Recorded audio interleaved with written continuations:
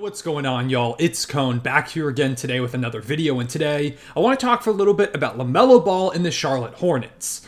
I haven't made a video on them this entire season, and to be honest, I wasn't planning to the rest of the way. They've been really bad. I was expecting them to be pretty bad this season, and at the moment, they're 18-52. They're well out of the play-in race. They're headed for another lottery appearance. It's going to be the 8th consecutive one for them. They did have a play-in appearance amongst these playoff misses where they won 43 games back in 2022, but lost to, I believe it was the Pacers in that 9-10 matchup, and haven't been back since.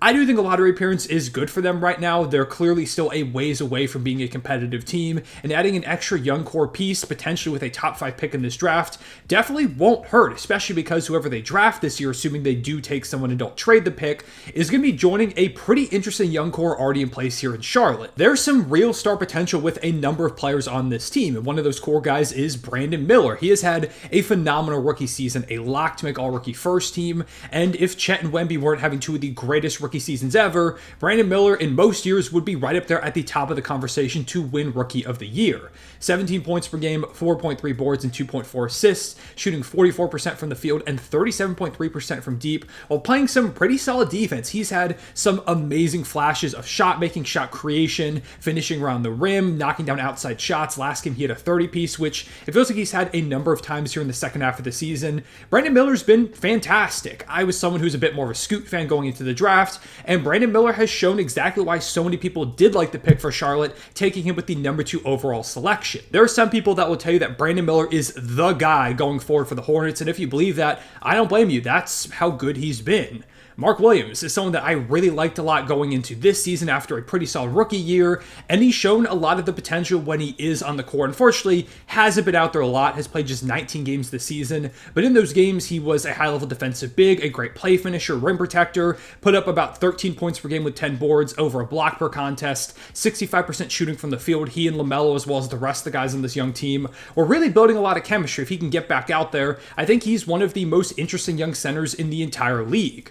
Tre Mann has shown a lot for the Hornets ever since they picked him up at the deadline over from Oklahoma City. He's got more opportunity there and has put up 12 points per game, 5 rebounds, and 5 dimes with 1.6 steals on 46% from the field and 37.7% from deep in his 18 games. He has been really good. It feels like he could either be a future guy in the backcourt for them or maybe even a 6-man with a really high upside in that scoring regard.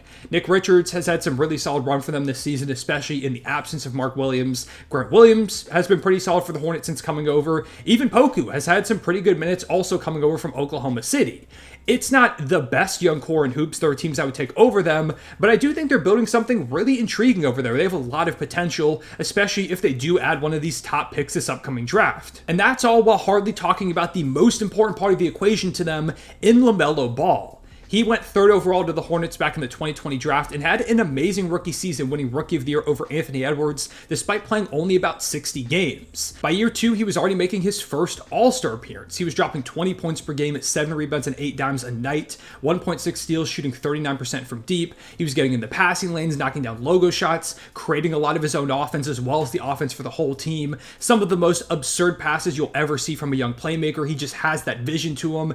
He was incredible, earned that All-Star appearance, and brought the Hornets to a play-in appearance like I mentioned earlier. They didn't end up making the playoffs, but it was higher than I thought they were going to go that season. That team overperformed because in large part due to LaMelo Ball and the overall impact he had on them offensively every single night. It felt like from that year on, he was going to be a perennial all-star, an all-NBA contender, and he still can be at some point. Like, I still feel like he's on that trajectory. It's just that the past 2 seasons, unfortunately, have been plagued by injuries. It started in the 2022-2023 campaign when LaMelo missed the first 13 games of the season due to an ankle injury, came back, played 3 games, again missed time for 11 games before eventually returning and looking great in the process. At that time, he started putting up fantastic numbers, a career-high 23.3 points per game and 8.4 dimes, looking like his usual all-star self. And that continued for a little bit until February 27th, where unfortunately in a game versus Detroit, he would end up fracturing his ankle. He was put out for the year following that after just 36 games played, And it was a rough season for the Hornets, one that led to a way worse year in the standings than they were hoping for. I'm sure they were looking to build off of the play-in appearance, maybe even make the playoffs,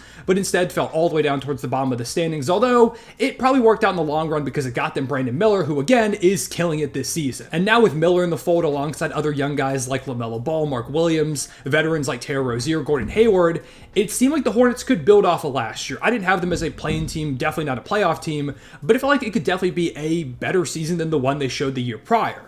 While the Hornets weren't winning at the beginning of the season, LaMelo Ball did come out of the gate on fire. Over his first 14 games, Ball was putting up 26 points per game, 6 boards and 9 dimes, with 1.5 steals while shooting 44% from the field and 39% from deep on 9.4 attempts per game, which is elite shooting. Individually, he was playing at an all-star lock, all-NBA fringe type of level at the beginning of the season. You could see chemistry developing between him and Mark Williams, which is one of my favorite guard big pairings in the entire league amongst young guys. You could also see he and Brandon Miller kind of figuring it out a little bit. They were showing all the potential in the world as a duo. The vision was there for the Hornets. I was starting to feel it, really buying into what they were building over there, and the future seemed bright. Like I said, not a lot of wins were coming, but towards the end of November, they did get back-to-back wins, one versus Boston and one versus Washington, with LaMelo Ball in those two games putting up 36-9-8 and 34-8-12, which marked the third and fourth straight games where LaMelo put up 30 or more points. It was the best he ever looked. It was crazy. The hype was building up around him. I remember a lot of my fellow YouTubers making videos about LaMelo Ball and his performance. There were people in the offseason, I feel like, kind of forgot how good LaMelo was, and they were saying that they were wrong. They were buying into him being a star, all-star, maybe even all-NBA player this season. It felt like LaMelo Ball stock was at an all-time high until the next game where, unfortunately, LaMelo landed awkwardly after a layup against the Magic and injured his ankle again. He was unable to put weight on it heading back to the locker room, and this was a massive blow to the team, one that preceded a 2-15 stretch over the next 17 games where they were getting blown up by 30 left and right, it felt like. He would return on January 12th after those 17 games and again looked great, although not quite as good as his pre-injury self, but towards the end of that stretch, you could feel him kind of refining his rhythm. And then just another freak accident where PJ Washington lands on his ankle when they were both contesting a shot, immediately goes down and once again has to be helped to the locker room. Since then, LaMelo hasn't shown up on the court, and the reason I'm making this video is because today, it was announced that LaMelo Ball is going to be shut down for the rest of the season, ending an amazing year for him, or what felt like was going to be an amazing year, after just 22 games played. That's the lowest mark of his 4-year career so far. With this, LaMelo has played just 58 games over these past 2 seasons, and just 57% of all possible games up to this moment in his career. It's starting to get concerning, especially because I know from personal experience, ankle injuries like to linger. I've had a bunch of them, and I know every time you have one, it becomes easier and easier to have another. And LaMelo Ball obviously has like the best sports therapist, physical therapist in the world with being an NBA player, so he'll probably be most likely fine, but it is a trend at this moment. And Steve Clifford said that he's been very diligent up to this point about his rehab and his work, but the ankle just hasn't responded. That doesn't sound great. I don't feel like ankle injuries should be keeping him out this much if it's just a typical sprain. It feels like something a bit larger than that. And there's extra concern because we've seen what's happened with his brother Lonzo Ball, where he had some injuries that didn't feel like they were going to keep him out that long, but now he hasn't played in a couple of seasons. There's still hope he can play next year, and he's getting a bit better as of late, but he's been out for a while. And I'm not saying that's going to happen to LaMelo or anything like that. It's just something that makes me a bit more concerned. I just want to see LaMelo back out there doing what he loves and hooping, and unfortunately, as of late, he just hasn't been consistently on the court. It really sucks for both him and the Hornets. He should be out there making himself known as one of the league's brightest young stars, continuing what seemed like it was going to be a career year for him. He should have had another All-Star appearance, maybe an All-NBA appearance, or at the very least, probably would have gotten consideration if he kept playing the way that he was. Instead, he's watching from the bench. And for the Hornets, they're not getting a chance to evaluate their young core, figure out who they need to put around these guys who should be there for the long haul. Like, for example, they're not getting a chance to evaluate how LaMelo Ball and Trey Mann work as a backcourt. They feel like guys that could theoretically coexist with each other, and if they can, that's huge. But they're not getting a chance to evaluate this right now. They're going to have to wait till the beginning of next season, assuming LaMelo's good to go by then, to actually figure that out. So it's just delaying this whole process for them.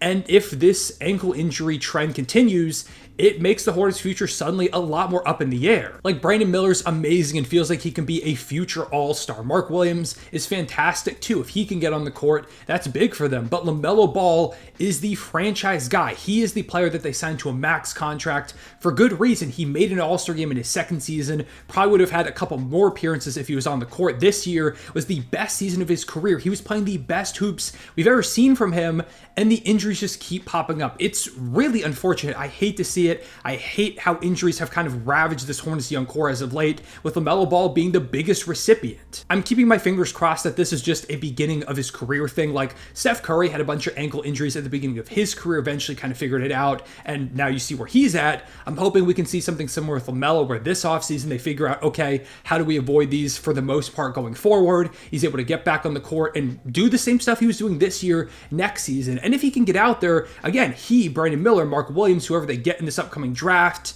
Trey Mann, if he continues to play the way that he is, if he works in that backcourt, they have such a bright future ahead of them. I really feel like the Hornets have kind of flown under the radar with this great young core that they put together as of late. I can't think of a time where I've been more excited about the Charlotte Hornets than I am right now. If LaMelo can get back out there, I'm really hoping he can next season, but it is something that's very concerning, and for the moment has delayed the timeline of this team, has put things a lot more up in the air than they would have been otherwise. It just really sucks for all parties involved. But yeah, with all that being said, I think that's all I've got for this Hornets LaMelo Ball situation at the moment. Just super unfortunate. Let me know down below in the comments what you think of this Hornets young core. Do you think LaMelo is the franchise guy going forward? Could it be Brandon Miller? Is it someone they could draft this year? Let me know what you think about the young core in general too. Where do you rank them amongst the young teams in the league? How far do you think they could go next season if everybody's healthy? Just let me know what you think about this Hornets team, because I know I haven't talked about them much this year on the channel, and they are in a pretty interesting spot at the moment. I appreciate you watching. Leave a like and subscribe if you enjoyed. Hit the notification bell so you don't miss out on future videos. I'll see y'all later. Real one, say it back.